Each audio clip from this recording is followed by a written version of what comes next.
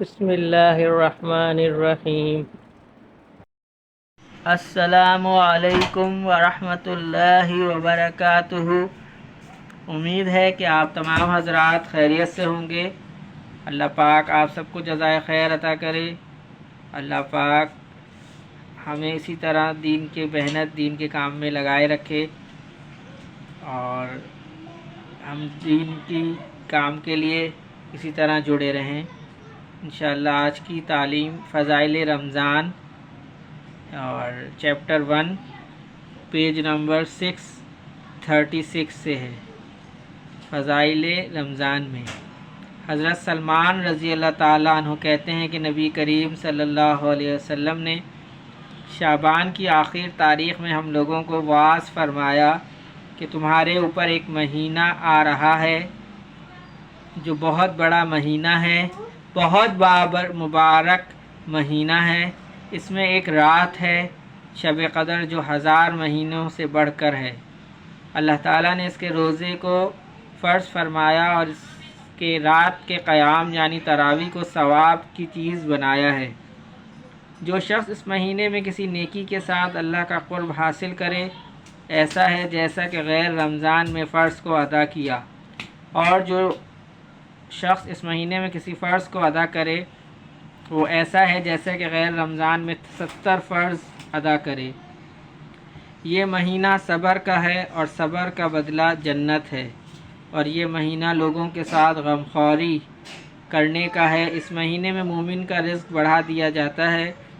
جو شخص کسی روزے دار کا روزہ افطار کرائے اس کے لیے گناہوں کے معاف ہونے اور آگ سے خلاصی کا سبب ہوگا، اور روزے دار کے ثواب کی مانند اس کو ثواب ہوگا، مگر اس روزے دار کے ثواب سے کچھ کم نہیں کیا جائے گا۔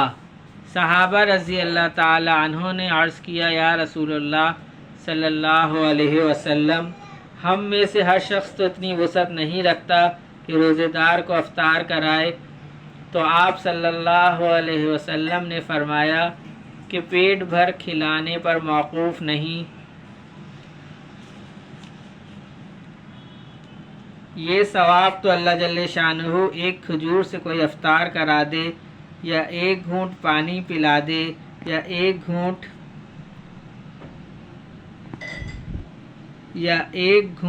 لسی پلا دے، اس پر بھی مرحمت فرما دیتے ہیں۔ یہ ایسا مہینہ ہے کہ اس کا اول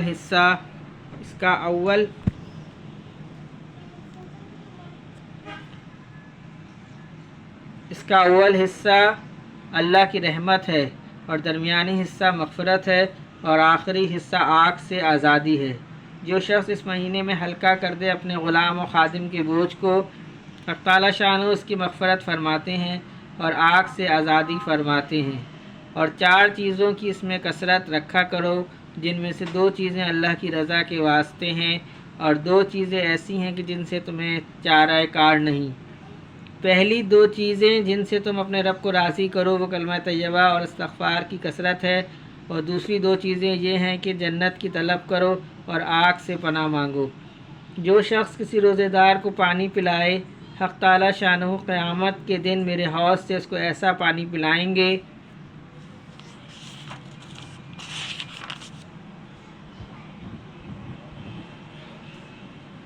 جس کے بعد جنت میں داخل ہونے تک پیاس نہیں لگے گی۔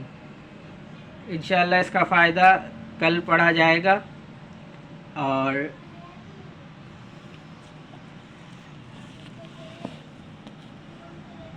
اللہ پاک اسی طرح اللہ پاک نے میری، آپ کی اور تمام عالم کے تمام مسلمانوں کی یہ ذمہ داری لگائی ہے کہ ہم خود بھی دین پر عمل کریں اور دوسروں کو بھی اس کی دعوت دیں۔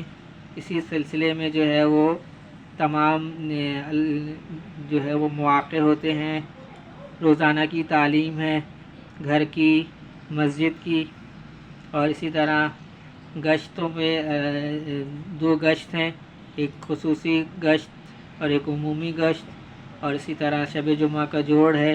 بزرگوں نے جو ترتیب ہمیں بتائی ہے ہم اس پہ عمل کرتے ہوئے اللہ کے دین کے لیے، اللہ کے اس کام کے لیے محنت کرتے رہیں، لگے رہیں۔ اللہ پاک ہم سب کو ہدایت نصیب فرمائے۔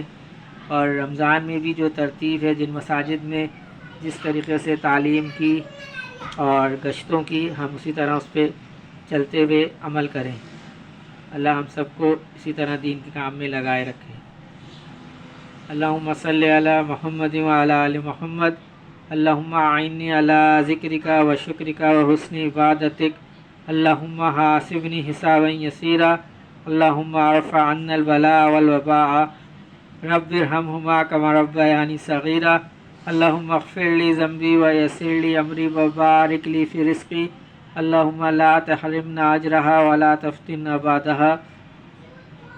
یا اللہ پاک جتنے مسلمان اس دنیا سے جا چکے ان سب کی بخشش و مغفرت فرما دیجیے۔ یا اللہ پاک جتنے مسلمان بیمار ہیں ہسپتالوں میں، گھروں میں، سب کو صحت کاملہ عاجلہ و مستمرہ دائمہ نصیب فرمائیے۔ یا اللہ پاک تمام مسلمان جو پریشان ہیں ان سب کی پریشانی کو ختم فرما کے راحت، چین، سکون، عافیت کے ساتھ عطا فرمائیے۔ یا اللہ پاک ہمیں رمضان المبارک کے سارے تمام پورے روزے رکھنے کی توفیق عطا فرمائیے، ہمارے لیے آسانی فرمائیے، اور ہمیں جو ہے وہ نیکیاں کرنے کی توفیق عطا فرمائیے۔ یہ مہینہ نیکیوں کا ہے، اللہ پاک ہمیں اسی طرح نیکیوں میں لگائے رکھیے اور گناہوں سے ہمیں بچائیے۔ اللہ پاک ہم سب کی حفاظت فرمائیے، ہم سب کو ہدایت نصیب فرمائیے۔ سبحان ربک رب العزت عما یصفون وسلام علی المرسلین والحمد للہ رب العالمین، آمین برحمتک یا ارحم الراحمین۔